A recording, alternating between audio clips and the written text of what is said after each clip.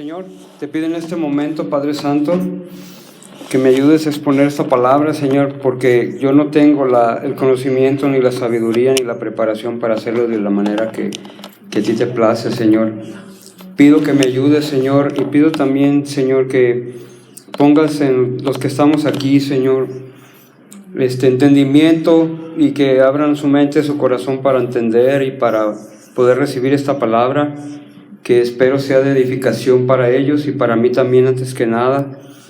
Te doy gracias, Señor, por un día más de vida, y por un día más de vida por todos mis hermanos, mi esposo, mis hijos, de los que estamos presentes, Señor. Te doy gracias, Señor, bendito eres por siempre, amén y amén. Puede sentarse, hermano. Bueno, como introducción, durante la vida de nosotros, hermanos, en más de una ocasión, cada año, ¿verdad? Nosotros, o no todos nosotros, ¿verdad? Pero algunos cada medio año, cada 6 meses, cada 3 meses, nos toca un chequeo de salud física, ¿verdad?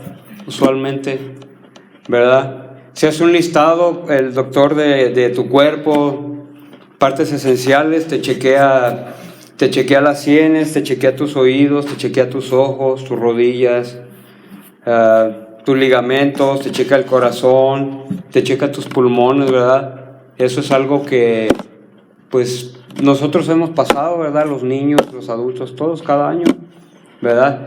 Hace un listado y verifica en qué condiciones estamos físicamente, de ánimo, o a veces cuando nos sentimos mal, por ejemplo, sentimos debilidad, vista borrosa, mareos, dolores de cabeza, musculares. Es cuando decimos, bueno, creo que voy a ir al doctor, ¿no? Porque no me siento bien, ¿verdad? Pero a veces es demasiado tarde, hermanos, cuando hacemos caso omiso a esas enfermedades, ¿verdad? Y a veces se nos da un mal diagnóstico por habernos tardado, que puede ser una enfermedad crónica, ¿verdad? Como en el caso de muchos, ¿verdad? Por haber descuidado eso. Y a veces se nos da un diagnóstico de muerte a veces, terminal. Entonces lo mismo pasa con un cristiano también, ¿verdad? Es como no es una ambigüedad, es como, estoy tratando de que me entienda más o menos el concepto, ¿verdad? No voy a hablar de enfermedades, ¿verdad? Pero hay una enfermedad que está arraigada en el corazón, ¿verdad? Es que estamos caídos nosotros, tenemos una naturaleza caída. Entonces, digamos, si se puede decir así, nosotros la humanidad, como somos seres caídos, tenemos una enfermedad de nacimiento, ¿verdad? Que es el pecado original, el pecado, ¿verdad? Que viene generación en generación en generación, y eso nos hace que nosotros caigamos y busquemos lo negativo, lo malo todo el tiempo. Hasta los niños, hasta un niño, un bebé, usted puede ver que desde bien chiquitos empieza a crecer y empieza a desarrollar la maldad más que lo que uno les enseña. No hagas esto, haz lo contrario. No mientas, haz lo contrario. No agarre lo que no es tuyo, haz lo contrario. No le pegues, pegan todo, ¿verdad? Y no lo lea. En Primera de Reyes 8:46 dice la Escritura: si pecaren contra ti, dice, porque no hay hombre que no peque, ¿verdad? Entonces, de los que estamos aquí, hermanos, ¿quiénes no pecan? ¿O quién de ustedes se considera pecador? ¿Verdad? Todos somos pecadores. Hay lugares donde se les enseña lo contrario, ¿verdad? Que si ya eres salvo y nacido de nuevo, ya no eres pecador. Pero todos somos pecadores, y eso nos mantiene, el entendimiento nos mantiene en un estado de humildad, donde nosotros reconocemos nuestra condición ante Dios, nuestra infinita pequeñez ante un ser tan grande y divino como es Dios, ¿verdad? Y nos hace vivir en humildad si lo entendemos de la manera correcta, ¿verdad? También en 2 de Crónicas 6:36 también dice: si pecaren contra ti, y está en paréntesis, dice, pues no hay hombre que no peque.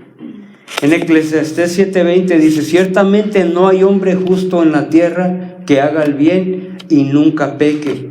O sea, claramente lo dice la Escritura, ¿verdad? O sea, no podemos decir que no pecamos. De una u otra manera pecamos, ¿verdad? Y lo mismo sucede en el ámbito espiritual, y eso es debido a excesos y debido a descuidos, ¿verdad? Es como cuando uno siente algo en su cuerpo y no tengo nada, estoy bien. Se está uno engañando hasta que uno de verdad se enferma. A mí me pasó, ¿verdad? Pero en el ámbito espiritual yo creo que es peor, porque allí un descuido grave nos puede llevar a la muerte, pero a la muerte eterna.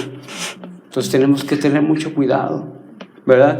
En la tradición cristiana existen 7 pecados capitales, es a lo que voy, ¿verdad?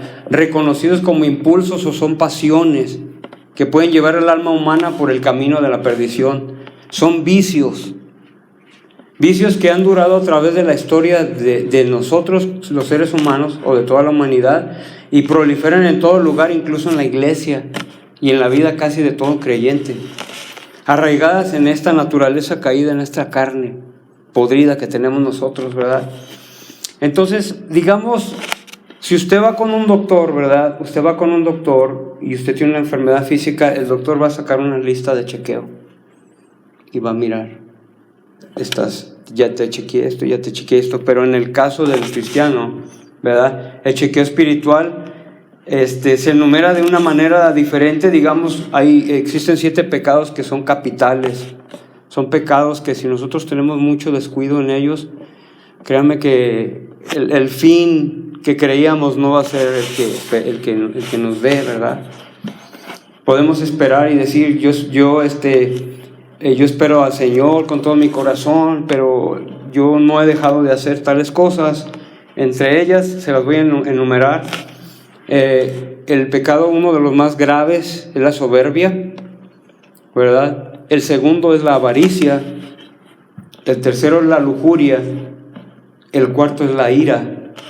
El quinto es la gula o la glotonería, o el exceso de comer, de siempre estar queriendo algo, aunque ya estemos llenos y satisfechos, queremos más. El otro es la envidia. El otro es la pereza. Entonces, es la soberbia, la avaricia, la lujuria, la ira, la gula, la glotonería, la envidia y la pereza.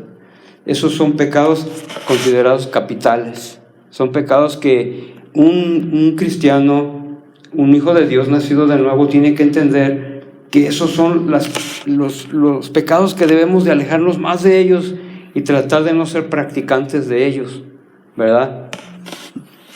Ahora, cuando nos alejamos de esos pecados, nos acercamos a las virtudes que son contrarias a esos pecados. La humildad es la virtud contraria a la soberbia.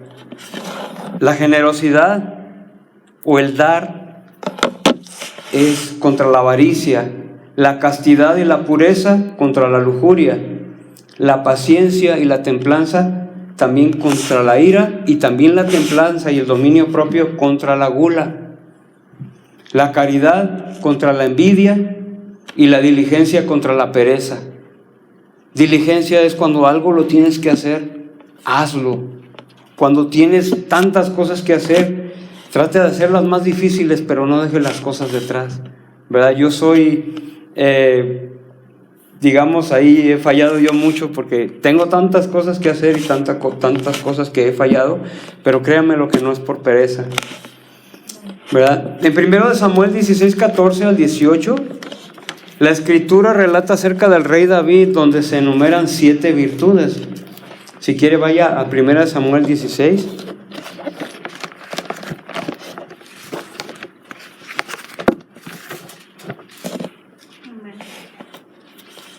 ...16, 14 al 18... dice arriba: David toca para Saúl. Y la escritura se lee en el nombre del Padre, Hijo y Espíritu Santo. Y dice la escritura, dice: el espíritu de Jehová se apartó de Saúl, y le atormentaba un espíritu malo de parte de Jehová. Y los criados de Saúl le dijeron: he aquí ahora un espíritu malo de parte de Dios te atormenta. Bien que sabían los criados. Y dice: diga pues nuestro Señor a tus siervos que están delante de ti, que busquen a alguno que sepa tocar el arpa, para que cuando esté sobre ti el espíritu malo de parte de Dios, él toque con su mano y tengas alivio. Y Saúl respondió a sus criados: buscadme pues ahora alguno que toque bien y traédmelo. Entonces uno de los criados respondió diciendo: he aquí, yo he visto a un hijo de Isaí de Belén, que sabe tocar Fíjese, hermano, que a veces muchos de ciertos grupos de alabanza, no digo que aquí, pero de algunos lugares, solo por el hecho de saber tocar, se llenan del primero de los pecados, que es la soberbia, que es la vanagloria, que ellos creen que son muy buenos por nada más por saber tocar ya. Cuidado. Pero hay una cosa, hermano, mire, si tú comparas tu habilidad con la habilidad que tiene el mundo, nosotros no somos nada. Hay unos músicos que tienen una profesionalidad y una perfección en el instrumento que tocan, que ya son habilidades extremas. Y un músico de cualquier grupo de alabanza, solamente porque toca más o menos bien, ya cree que es indispensable en el grupo y se llena de vanagloria, ¿verdad? El hecho también de saber cantar o de saber componer, hermano, no somos nada si lo comparamos con el mundo. Tenemos que vivir en humildad porque ese es un don que nos dio el Señor y lo tenemos que desarrollar para Él y para su honra y su gloria solamente. Fíjese, David era un hombre sobrio y prudente y esas virtudes no las habló él de sí mismo, sino las hablaron acerca de él. Entonces dice, sabe tocar, esa es la primera virtud. Fíjese que son 7 también. Dice, sabe tocar y es valiente y es vigoroso, hombre de guerra, es prudente en sus palabras y hermoso, y Jehová está con él. Imagínense, hermano, cualquiera de estas virtudes, el que no tiene los pies donde los debe de tener y su mente donde tiene que estar y su corazón donde debe de estar, con cualquiera de estas virtudes se vanagloria de una manera tremenda. Solo con el puro simple hecho de que diga, bueno, yo soy hermoso, yo soy prudente, yo soy valiente, soy vigoroso, o sea, soy fuerte, sé tocar. Imagínense todas esas virtudes de David, ¿verdad? Y aún así, David tuvo algunos errores, y ahorita se los voy a enumerar también. Y uno de ellos también tiene que ver mucho con el primero, que es la soberbia, ¿verdad? Pase, hermano. La soberbia es el principal pecado del que vamos a tomar en cuenta el día de hoy. Son 7 y yo hablé con el pastor. Voy a ver si puedo tratar de desglosarlos de una manera para poder trabajar en cada uno de ellos y hacerlo como en una lista y nosotros ver si encajamos en algo de ello y para poder trabajar en eso, si ese pecado está en nosotros, ¿verdad? O nos molesta, o es algo que no podemos dejar a un lado, ¿verdad? Vámonos a Primera de Crónicas 21, donde David cometió un error, ¿verdad? Parte de la soberbia también genera un exceso de confianza en uno, ¿verdad? En el título de la parte de arriba dice: David censa al pueblo, y dice la escritura, pero Satanás, es Primera de Crónicas 21, ¿ya lo tiene? Dice: pero Satanás se levantó contra Israel e incitó a David a que hiciese censo de Israel. Eso no se lo mandó el Señor a David. Él lo hizo porque él tenía confianza en las habilidades de sus guerreros que él tenía, ¿verdad? Y también en la habilidad que tenía como guerrero, porque él era un hombre diestro en batalla y en la espada. Y dijo David a Joab, a uno de sus hombres, dijo, y a los príncipes del pueblo: id, haced censo de Israel desde Berseba hasta Dan, e informadme sobre el número de ellos para que yo lo sepa. Él quería saber cuántos tenía. Y dijo Joab: añada Jehová a su pueblo 100 veces más, rey señor mío. ¿No son todos estos siervos de mi señor? ¿Para qué procura mi señor esto? ¿que será para pecado Israel? O sea, él tenía más prudencia todavía, siendo que sabemos que David era un hombre prudente, pero Joab fue más prudente. Él todavía le dijo para que lo pensara 2 veces antes de hacerlo. Mas la orden del rey pudo más que Joab. Salió por tanto Joab y recorrió todo Israel y volvió a Jerusalén y dio la cuenta del número del pueblo a David. O sea, Joab obedeció, pero en parte. Y había en todo Israel 1,100,000 que sacaban espada. Imagínense, hermanos, 1,100,000. Si ahorita usted oye que los israelitas van 1,100,000 contra los palestinos, en 3 días los sacaban. 1,100,000. Creo que en Palestina son como 6 millones, ¿no? Pero son población regular. Imagínense que fuera 1,100,000 con espada. No estamos hablando de armas de alto poder ni nada. Con pura espada. En 3 días los sacaban. O sea que en ese tiempo era una cantidad exagerada de soldados que tenía David a su mando. Eran suficientes como para llenar de vanagloria a cualquiera. Y David tristemente se llenó de ello, ¿verdad? Y había en todo Israel 1,100,000 que sacaban espada, y de Judá, solamente de su tribu, 470,000 hombres que sacaban espada. Solamente la mitad del millón casi en su propio pueblo. O sea, casi 1,5 millones, es muchísimo. Entre estos no fueron contados los levitas ni los hijos de Benjamín, porque la orden del rey era abominable a Joab. O sea que Joab no le obedeció del todo, porque él sabía. Entonces, ahí Joab arriesgó su propia vida por no cumplir con la orden del rey al 100%. Asimismo, esto desagradó a Dios e hirió a Israel. Entonces dijo David a Dios: he pecado gravemente al hacer esto. Cuando se dio cuenta David reconoció su error, ¿verdad? Eso se humilló. Entonces esa viene siendo una gran virtud del rey David, que es una virtud que nosotros debemos de tener, de reconocer cuando cometemos un error, y más si el error es grave contra Dios, ¿verdad? Si fallamos contra un hermano y no reconocemos un error, hermano, eso es soberbia. Eso te ciega, ¿verdad? La soberbia es considerada el pecado principal y raíz de todos los pecados. En el Salmo 23 y en el Proverbios 8:13, ahí habla también de eso, ¿verdad? Vámonos al Salmo 23, ya que estamos en los Salmos. Vamos a hablar de ellos. Pues miren, el Salmo 23.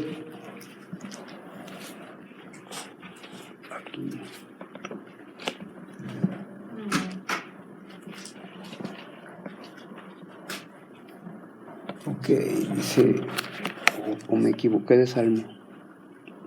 No, perdón. Proverbios 8:13. Creo que ahí no es el Salmo 23. Proverbios 8:13, ¿ya lo tienen? Ahorita se lo busco el Salmo. Dice la Escritura: el temor de Jehová es aborrecer el mal, la soberbia y la arrogancia, el mal camino y la boca perversa aborrezco. ¿Verdad? El Señor aborrece todo eso, pero entre esos está la soberbia y la arrogancia, ¿verdad? Eso se manifiesta cuando uno tiene un amor propio exagerado hacia sí mismo, una exagerada confianza en sus propias habilidades, falta de humildad. Lo que hace la soberbia es que nos ciega entre nuestras propias fallas y nos impide crecer, aprender, y nos aleja de un arrepentimiento genuino, porque nos hacemos autosuficientes, pensamos que no necesitamos a veces del Señor, ¿verdad? Y de su sacrificio. Dios de nosotros pide, como testimonio de una vida nueva en Cristo, que seamos humildes, ¿verdad? Y que demostremos que somos salvos y que vivamos viviendo en humildad, sabiendo que Él lo hizo por misericordia y por gracia de Él mismo y no por nuestras obras muertas. Todo lo que hagamos nosotros para querer ganar el favor de Dios todos sabemos que son como trapos de inmundicia, ¿verdad? Amén. Incluso en Romanos, hermanos, vámonos a Romanos 1:18. Ahí también está otra parte. Ahora de parte del apóstol Pablo. Cuando la encuentre me dice.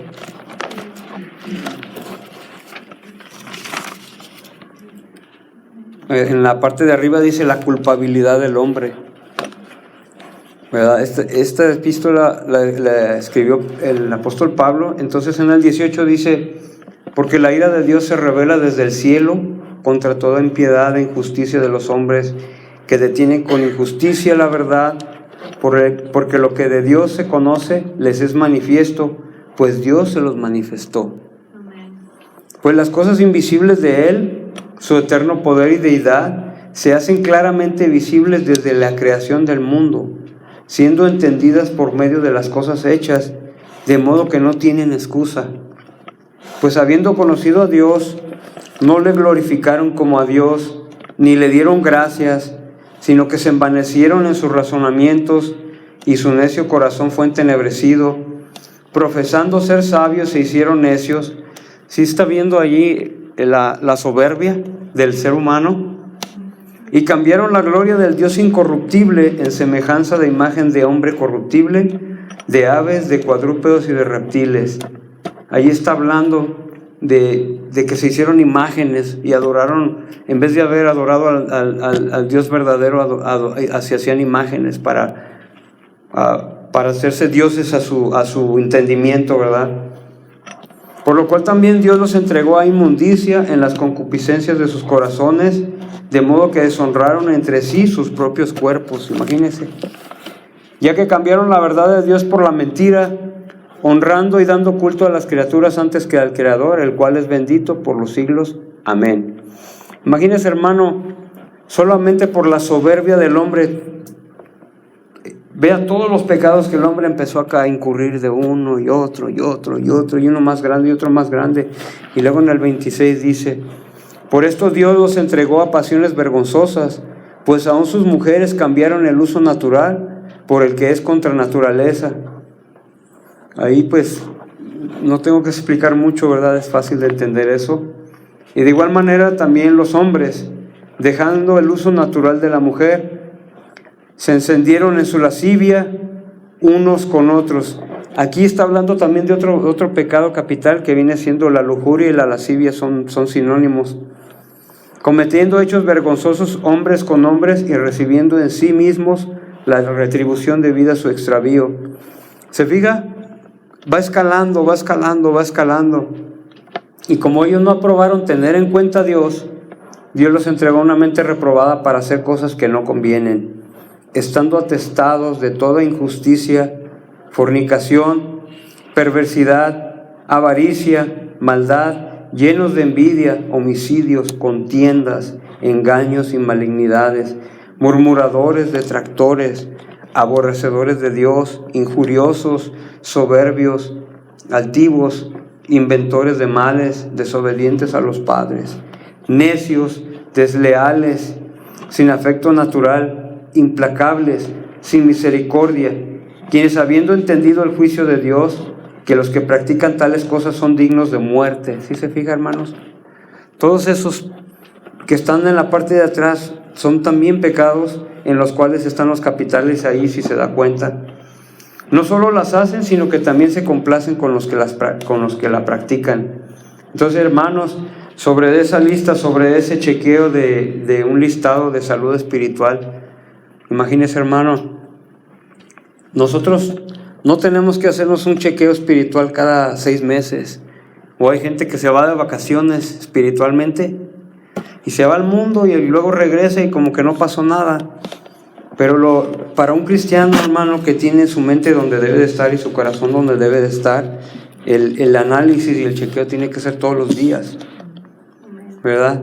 Nos tenemos que checar e examinarnos como lo hacía el rey David, ¿verdad? Que le decía al Señor que escudriñara dentro de él por si había algo que no le agradara, ¿verdad? Entonces, hermanos, Pablo enumeró ahí el listado amplio donde hace ver con mucha claridad la culpabilidad del hombre que peca y no glorifica a su Creador. Y como hijos de Dios, hermanos, tenemos que hacer esos chequeos todos los días. No anualmente o cada vez que sentimos remordimiento por algo que hicimos mal. Y bueno, qué bueno que tengamos remordimiento, porque hay gente que, pues, algunos profesan ser cristianos o nacidos de nuevo, qué sé yo, ¿verdad? Y cometen mal, pero ellos no sienten dolor, no sienten ni un achaque ni nada por haberlo hecho, ¿verdad? No sienten ni siquiera un mareo ni un dolor de cabeza cuando cometen un pecado fuerte. Es como que no pasó nada. Y hay que tener cuidado en eso, hermanos, porque si llegamos a ese punto, tenemos que llegar al punto. Si se da cuenta, hermano, aquí David rápidamente reconoció su pecado. En el 8 dice, le dijo David a Dios: he pecado gravemente al hacer esto. ¿Sí me entiende? No esperó a que alguien se lo dijera. Ok, hizo caso omiso y fue necio en el momento que Joab le avisó. Pero cuando él miró que el pueblo estaba siendo castigado por medio del ángel del Señor, él reconoció que la culpabilidad era de él y él se humilló. Él ahí fue honesto y fue sincero, ¿verdad? Él no tuvo que analizarse porque su corazón era conforme al corazón del Señor. Y nosotros, pues, tenemos que ser de tal manera también, ¿verdad? Tenemos que hacernos un chequeo sincero y honesto y analizarnos de manera que seamos irreprensibles.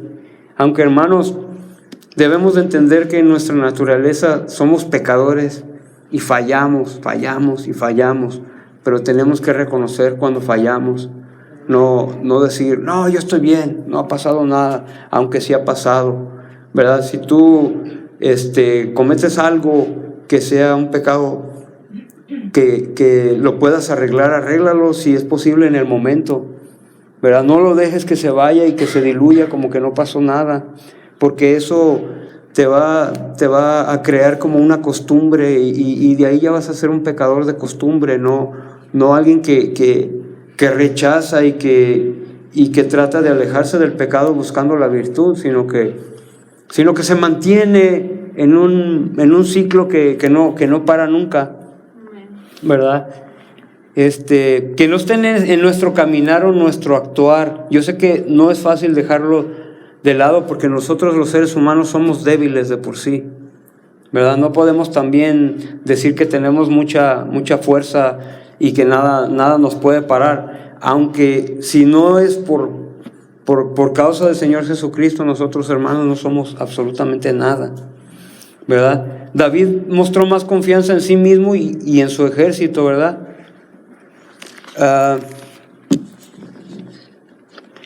Entonces, de esa manera, Pablo cambia el esquema, ¿verdad? Y él nos hace ver su confianza y su fortaleza en Cristo y la provisión del Señor, de manera que él muestra más, también él muestra un crecimiento espiritual, haciendo a un lado la soberbia, y eso lo vamos a ver en el libro de Filipenses 4:10. ¿Y puede irse al libro de Filipenses, hermanos?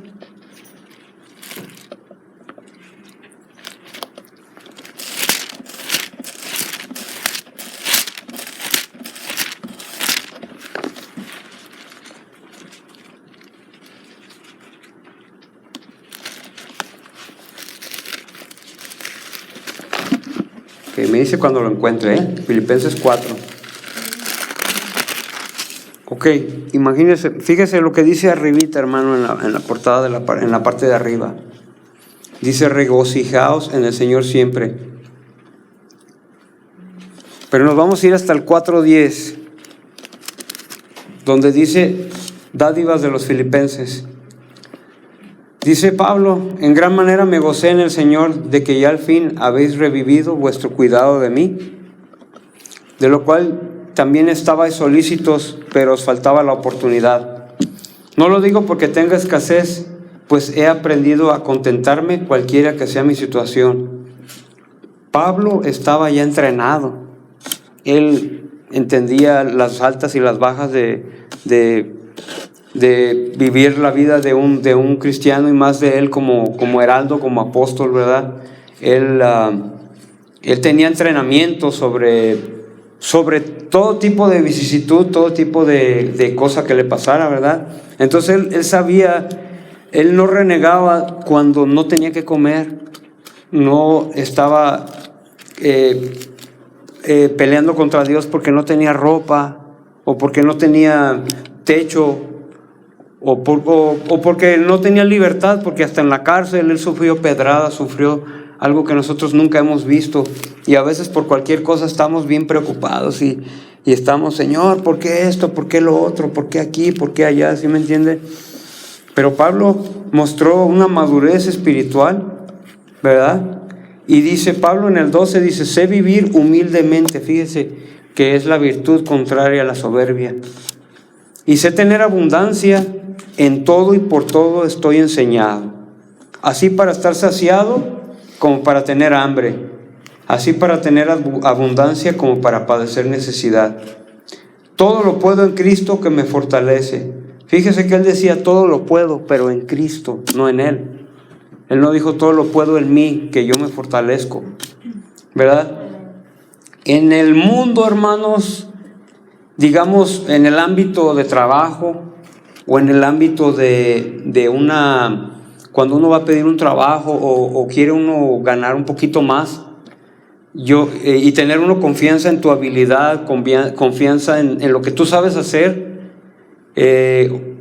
tú lo vas a reflejar y lo vas a escribir en tu resumen, pero lo vas a demostrar a la hora de que tú estás en tu trabajo, para que seas una persona confiable, una persona que en realidad lo que fue entregar como el resumen, como las habilidades que yo sé hacer de previos trabajos, ¿verdad? Y ese aplomo y esa confianza, eso no es pecado, ¿verdad? Pecado es cuando te llenas de soberbia y tú sientes que eres mejor que otro, o que tú tienes una habilidad mucho mejor que otro, y que eres intocable, porque así hay en los trabajos, hermano. Pero también hay gente que es muy habilidosa y muy humilde, gente que ellos no se vanaglorían a sí mismos, sino que son gente que otra gente habla bien de ellos. Dice, mira, ese hombre que está ahí, por ejemplo, en mi trabajo, yo he escuchado que hablan de otros operadores y dicen, mira ese operador,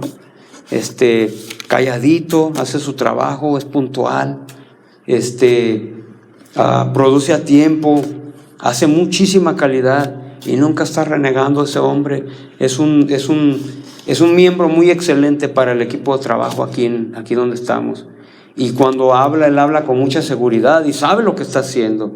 Entonces imagínense, todas esas son virtudes que no son malas si uno las hace de la manera correcta, de una manera templada, inteligente en su trabajo.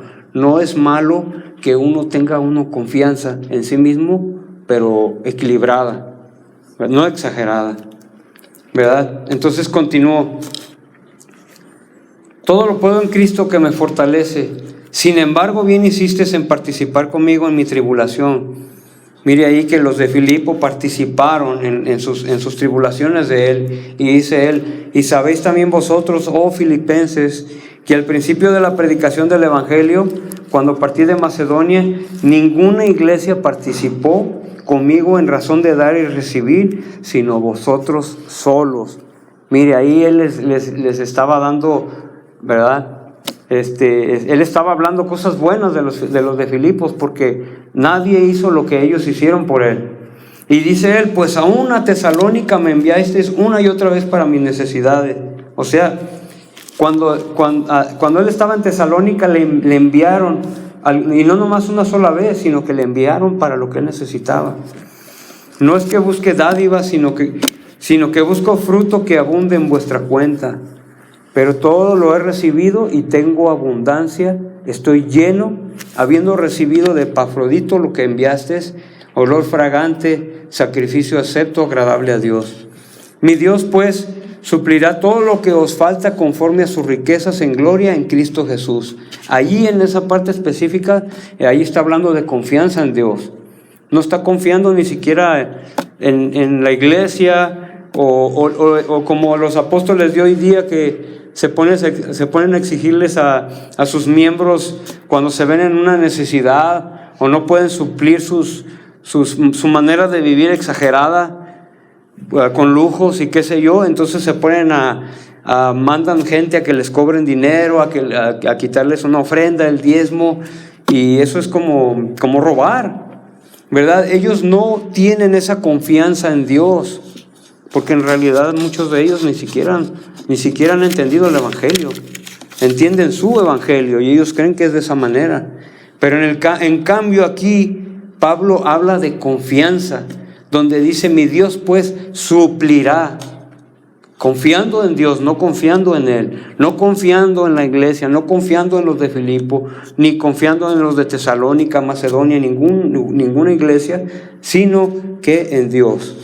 Y ya el último dice: al Dios Padre nuestro sea gloria por los siglos de los siglos. Amén. Y ya después él se despide, dice: saludad a todos los santos en Cristo Jesús. Los hermanos que están conmigo saludan, todos los santos os saludan, y especialmente los de la casa de César. La gracia de nuestro Señor Jesucristo sea con todos vosotros. Amén. Si se fija, el apóstol Pablo solamente palabras buenas, palabras, deseos buenos. Él habla de los santos, ¿verdad? De los de la iglesia. No se está... Cuando sí lo han atacado directamente, él los nombra hasta por nombre. Pero ahí en ese caso dice: todos los santos os saludan, y especialmente los de la casa de César.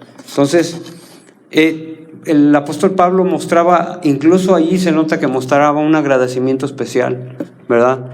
Entonces, el que no vive en vanagloria ni en soberbia y vive teniendo confianza en Dios, también vive en agradecimiento, no solamente con Dios, sino con los que le ayudan y los hermanos que tienen el mismo sentir que él, ¿verdad?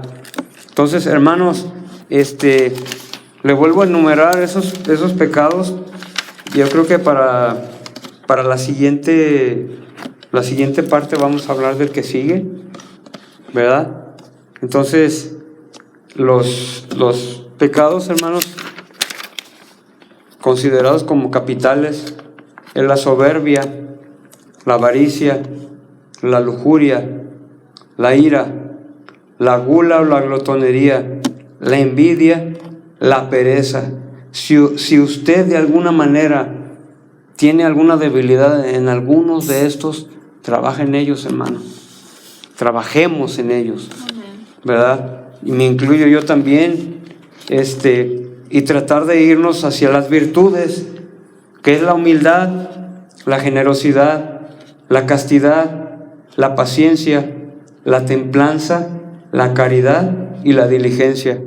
Entonces, hermanos, les dejo esto el día de hoy para que use su lista, su checklist, y se chequee y diga: en esto estoy fallando, Señor, dame sabiduría, dame entendimiento para poder trabajar en estas áreas, en estos pecados que quizás yo no me doy cuenta que yo los traigo cargando. Porque a veces, hermano, no sé si ha visto el progreso del peregrino, seguido lo saco esto, ¿verdad? Pero se acuerda de que el peregrino siempre cargaba una bolsa. Eran sus pecados. Muchos de ellos no los quería dejar, ¿verdad? Y él no sabía que los cargaba. Hasta cuando él entendió y se dio cuenta del sacrificio del Señor, se dio cuenta de que todos esos pecados fueron perdonados. Él agarró ese postalote gigante que cada vez crecía más y lo dejó por un lado, y su carga se aligeró, ¿verdad? Entonces, hermanos, trabajemos en tratar de dejar ese lastre, esa carga que nos estorba. Amén. Que entendamos que no nos hagamos con soberbia y con exceso de confianza diciendo: no, yo estoy bien, yo no cargo eso, yo no tengo nada de eso. La Escritura habla que todos somos pecadores. Entonces, ni a izquierda ni a derecha nos podemos hacer, ¿verdad? A menos de que nos hable un burro, ¿verdad? Y nos avise que está un ángel con una espada esperándonos, ¿verdad? Se lo dejo, hermano, no como advertencia, pero como para que analicemos y miremos si estamos del lado de las virtudes o del lado de los pecados capitales. Si eso todavía nos está molestando o es algo que todavía no podemos dejar, hermanos. Trabajemos y sigamos adelante, porque el Señor viene pronto por su iglesia, ¿verdad? Y tenemos que estar preparados, ¿verdad? Dios le bendiga, hermano, y pase buenas noches. Gracias por escucharme. Entonces, oremos para despedirnos. Gracias te damos, Señor, por un día más. Ayúdanos, Señor, a entender, Padre Santo, que a veces cargamos todavía con lastre, con pecados, mi Señor, que a veces no nos damos cuenta que los tenemos, y a veces no nos damos cuenta que no los queremos dejar. A veces creemos que esos aparentemente cosas buenas son pecados. Ayúdanos, Señor, a entender, y si te hemos fallado, Señor, perdónanos, Señor. Abre nuestra mente, nuestro entendimiento, nuestro corazón, para que todas esas cosas, Señor, que están dentro de nuestra naturaleza, arraigadas, que no se quieren despegar, que no se quieren salir, ayúdanos, Padre. Ayúdanos a poder arrancarlas, Señor. Ayúdanos a tener ese arrepentimiento genuino en el cual, Señor, tú haces ese cambio, Señor, de nuestra mente, que tú haces el grande milagro de darnos ese nuevo nacimiento. Cuando nacemos de nuevo entendemos, Señor, danos esa paz también y esa seguridad en ti, Padre Santo. Ayúdanos, Señor. Te lo pedimos, Señor, en Cristo Jesús. Amén y amén.